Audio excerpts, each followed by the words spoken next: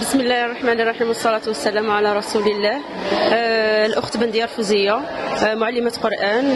جينا اليوم المبادرة هذه تاع تكريم حفظة القرآن من قبل جمعية بسمة الخير وهران، والحمد لله نتمناو يكونوا العديد من المبادرات هذو تاع تحفيظ حفظة القرآن من أجل تعميم المشاركة في تعلم كتاب الله، ونتمناو على تكون في جميع مناطق وهران ان شاء الله.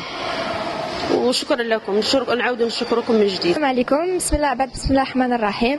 اليوم قامت الجمعية بسمة الخير لوهران بتنظيم حفل لتكريم حفظة القرآن الكريم. دونك شاركنا معهم، انا كعضوة شاركت والحمد لله كل شيء فات بخير.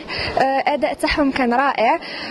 نشكروا لكل اعضاء وكل المحسنين اللي شاركوا في هذا الحفل وفرحوا الدراري وفرحوا الصغار، وعقوبة الحاجات الاخرى. السلام عليكم، أنا الطالب بكار ياسين من الكرمة بلدية سينيا.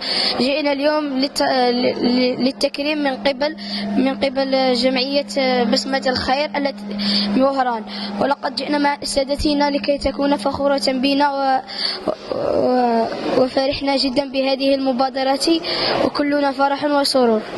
بسم الله الرحمن الرحيم، والصلاة والسلام على أشرف المرسلين.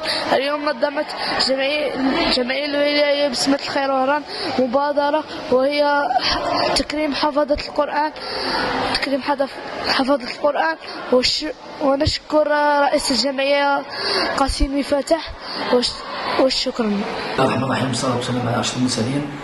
نظمت الجمعية الولاية بسمة الخير وهران بمسابقة حفظ القرآن الكريم بدائرة بوكيليس بالتنسيق مع دار الشباب تاع بوكيليس. نشكر المدير على منحنا هذه القاعة باش نحتضنوا هذا الحفل تاع حفاظ القرآن.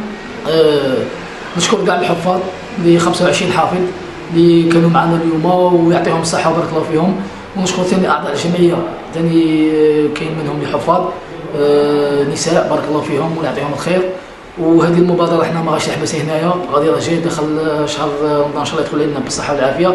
ثاني غادي نزيدوا نديروا مسابقة أخرى. هذا المبادرة درنا احنا كترويج لسينا رمضان، شهر رمضان ان شاء الله يدخل لنا بالصحة والعافية. ومازال ثاني في رمضان ثاني نزيدوا نديروا أكثر من 50